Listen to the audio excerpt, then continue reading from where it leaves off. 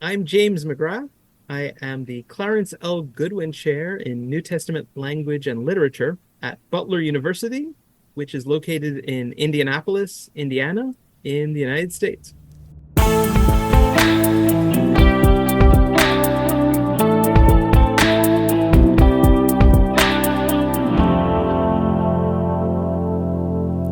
Dr. James McGrath. James, good to see you. Welcome to your first visit here on Exegetically Speaking. Yeah, thanks so much for inviting me on. So it's a real pleasure. Yeah, you've written a terrific book called Christmaker, A Life of John the Baptist. I want to recommend it because John is a neglected figure, honestly, I think. And you've done a lot. We'll have to talk about that on another podcast, but today we're going to be looking at Matthew chapter 3, verse 1. But before that, tell us how you got started reading biblical languages. Well, did not grow up reading them, and I think that's probably true of most, if not all, listeners. Went to Bible college, was trying to figure out things related to my faith, as well as what am I going to do in relation to my faith. And it became clear to me that being an academic, being an educator, was probably the best use of my gift. And so that meant getting beyond the English language study of the Bible that I'd been doing up until that point and getting into the original languages. And so, as is often the case, we're often started with the Gospel of John. And it's interesting that that's the starting text in the coursework, because I ended up doing my doctoral work on the Gospel of John and did indeed find that the famous saying goes that the Gospel of John is like a magic pool in which children can get their feet wet and yet elephants can dive in and swim.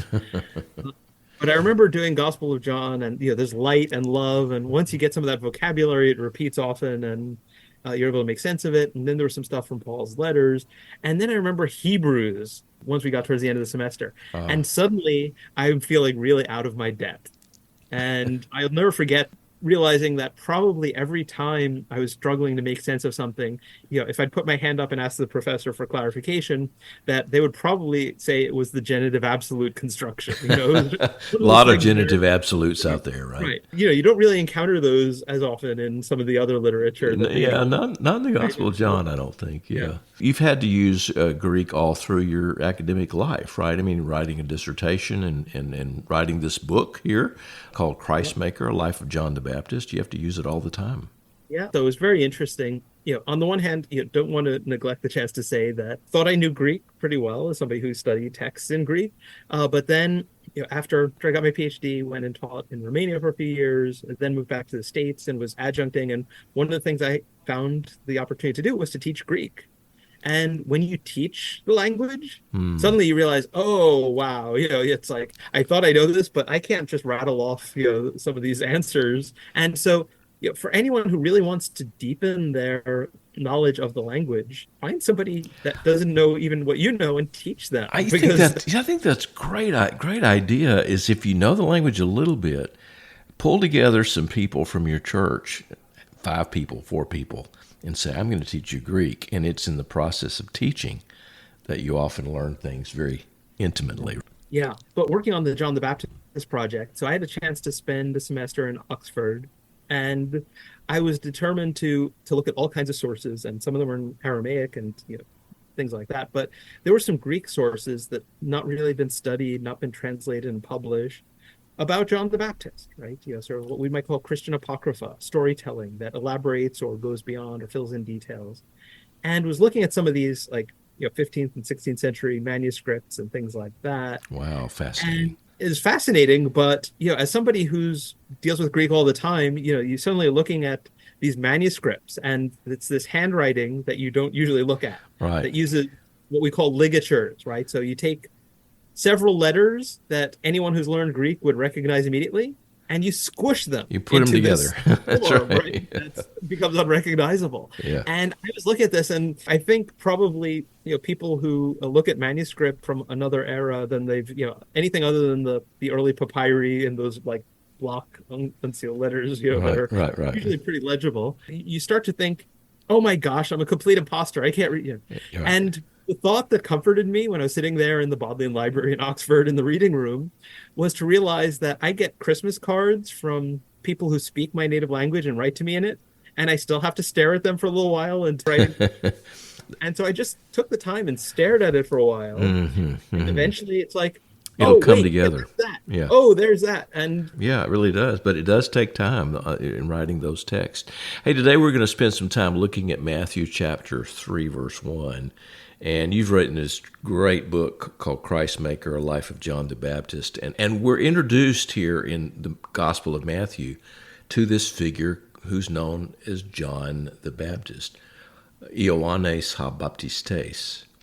So tell us a little bit about that word and where that word comes from. Is it a title? What is it exactly? so that was one of the things I was trying to figure out about John was not just the meaning, right, which potentially somewhat straightforward, although there are some possibilities there, but the nuance, right, and the connotations of this nickname that he had. And one of the things that quickly became clear to me was that there's a lot of immersion going on in this era, maybe more so than ever before. And so John to have this label as the baptizer, the immerser, the dipper, the dunker, whatever we want to call him, I've heard him called all that, right? Yeah. yeah, is clearly doing something that stands out. And so his immersion, however much it may have looked like what other people are doing, in as much as it involves getting into the water, has a different significance. One of the things that I think it's important for anybody dealing with the text in the original language to realize is that figuring out what a word means is just part of it, right? In our own language, when we're reading, the fact that we know what the different possible meanings of a word that we encounter in a text Hmm. doesn't necessarily mean that if we were somebody who didn't speak it as a native language, we'd get the significances and the resonance and the fact that somebody, oh, but they're taking it and they're using it this way, Yeah. And so having to take not just the language, but to put it in its cultural context. What else is going on in that time? What Right. does it mean to nickname someone that way? Just looking at a lexicon will not fill in the picture. Hmm. Hmm. And so connecting language usage and vocabulary with cultural and historical context, I think, is important. Well, one of the things that we've done in the English tradition is we've taken the name John, Ioannes or Yeah. Yochanan, and the word habaptistes, and we've just transliterated it. We've not really translated it. We don't get to the meaning of it. We just say Baptistes becomes Baptist. So Right. we just taken the same letters, same sounds, and we put it in English letters. So it's not even a translation, it's a transliteration. Yeah. And then the only question for a reader in English is, was he American or Southern? Right. Southern Baptist. Yeah. Uh, there's a connection there, but it's putting the cart before the horse. And so I think Exactly. the hardest term sometimes for people to deal with, when you read the text in Greek, having read it in English, when you're reading a word that's just completely different from the English word, you know that you've got to find out, okay, what does this mean? Hmm. Whereas when we have angelos or baptistes or something like that, we think we know what it means, right? Because we're bringing our English baggage into the Greek, Yes. whereas the Greek was there first and we've transliterated it. And so there, I think, is sometimes the hardest to actually try to dig in and say, okay, putting aside the modern denominations and things like that, Mm. what would this term have meant? What does it mean for somebody to be nicknamed, the immerser? And even just avoiding using the term Baptist, even if we use baptizer, that still reflects our knowledge of Christian baptism and of things like Hmm. that, which may or may not have been quite what John was doing. Because And so, when I say that in a church, let's say, I mean, if they're Methodist, they think of baptism in one way. If they Presbyterian, another way. Anglican, another way. Baptist, another way. So we all sort of envision that baptism is taking place in our image or in the image that we know. yeah, and the publisher came up with a really good cover, good cover art for Christmaker, Oh, it's a great cover. wonderful Yeah. depiction of John. But they gave me two, as they were running possible ones by me. And the other one was some classic Renaissance art, and it's got John, with the cup pouring over Jesus' head, and showed that to my Baptist wife, in particular. Although I was already, like, I don't think that one's it. But showed it to her, and she was like, "Yeah, Baptists are gonna hate this, Yeah, right?" yeah, yeah. And the word bapto, which is the verb, means to wash or dip in water. So that's the kind of the idea. And as you said, there was a lot of immersion going on historically. Archaeologists are continually digging up mikvah, immersion pools, or mikvaot around Israel. And so we know a lot of this was happening already, but as you suggested, John is giving it a different meaning, isn't he? Yeah, I think so. Whether the very practice of immersing in rivers and places where you have sort of living water, flowing water, as opposed to, we never get mention of an immersion pool in connection with John's baptism. Of course, we're not told that much, and so that we can't make as much of the silences, historically risky. But it seems as though John was seeking to differentiate what he was doing. And the questions about his authority to do what he was doing, I think clearly indicate that it's not just what everybody was doing. Yeah, yeah. And yeah, it's interesting. So, connecting with the Mandaeans and, getting to know some of their literature, which is in a dialect of Aramaic. I see posts that they'll sometimes put on, sometimes they're in Arabic because a lot of them are from Arabic speaking parts of the world. But the terminology of immersion, one of the synonyms is dying, right? Not in the sense of, like you die, but in the sense of you are dipping fabric into a Oh, color. dying. Okay, yes. Yeah, yeah. And so I'll often see, references to their group, and it'll have, because Facebook automatically translates it. Oh, And so, okay. it'll say about the dyers and things like that.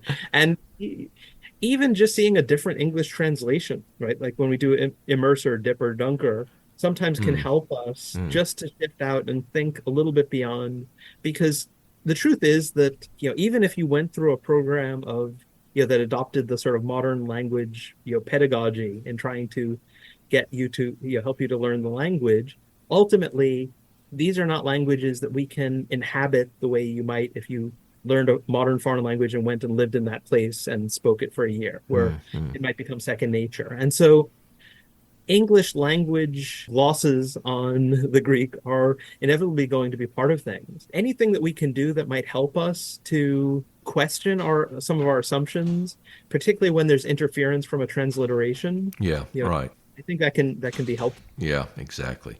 Well, it's a great book. I would recommend it. And this is, great conversation today about the Greek here text of Matthew chapter 3, verse 1, and the way that sometimes transliteration and translation sort of begin to blend. Thank you so much. There's so much more to this than we've had a chance to talk about. I know it. Go get your book.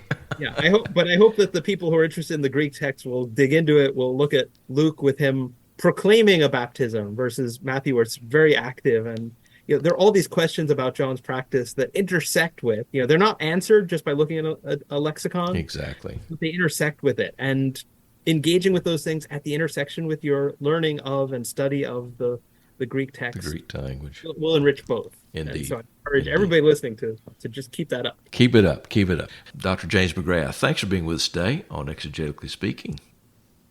James McGrath really knows his stuff. He will be back, I promise you. If you want to also take up the mantle to become a New Testament scholar, an Old Testament scholar, a theologian, you really need to start reading the biblical languages today. Now, the best way to do that is to attend Wheaton College and to take Greek and Hebrew there and, branch out, take Latin too, I guess, in your undergraduate program. Or if you're ready for it, go deeper and get your Master of Arts in Biblical Exegesis there at Wheaton as well.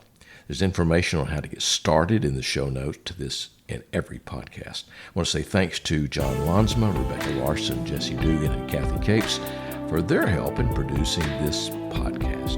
Until next time, I'm David Capes. Thanks for listening.